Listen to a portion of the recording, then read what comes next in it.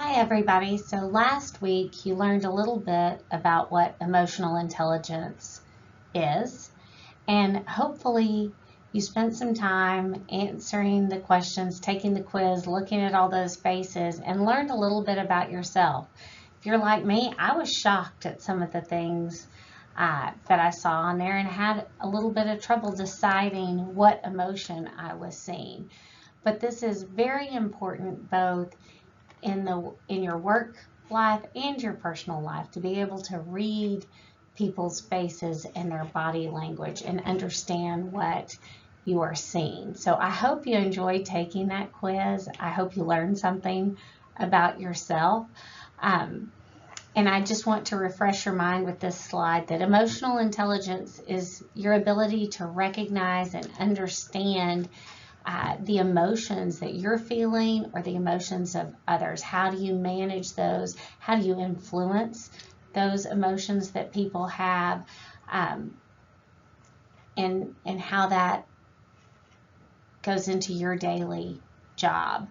A person with high emotional intelligence can handle stress better. They are better in social interactions.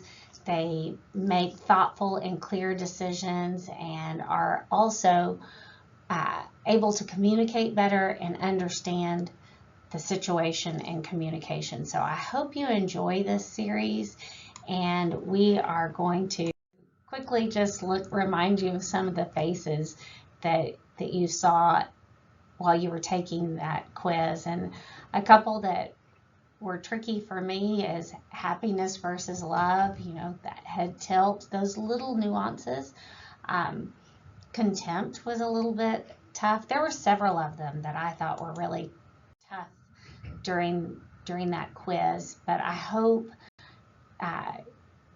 you found it entertaining and took it seriously. So let's get right into it. There are 5 components to emotional intelligence.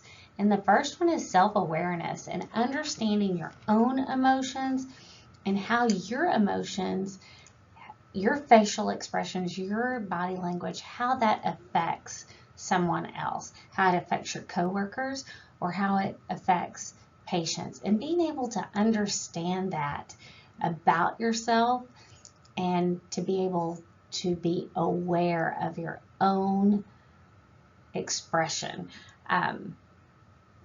There's a lot of ways that we can apply emotional intelligence and improve in these areas. And in self-awareness, just thinking about how did I handle that situation? How did I react in the situation?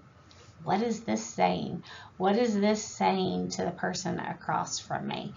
Am I having a facial expression of contempt? You can say all the right words, but your face says even more. So being mindful of that, and that's really the key, is mindfulness and thinking about what you're projecting onto the person from you. Are you looking disinterested? Are you looking bored? Are you angry? Those are all things. And as we progress through this series, we'll learn about identifying those same markers in the face on others. So again, there's 5 components to emotional intelligence, and this first one is self-awareness. And I want you to take some time over the next couple of days and really self-reflect, and in situations be mindful of your own expressions and think about them. What do I want to project to my patients? What do I want to project to my coworkers? And just take a minute and really think about that and see where you are. Keep track of it. And I will see you next week, and we will talk about self-regulation. Have a great day.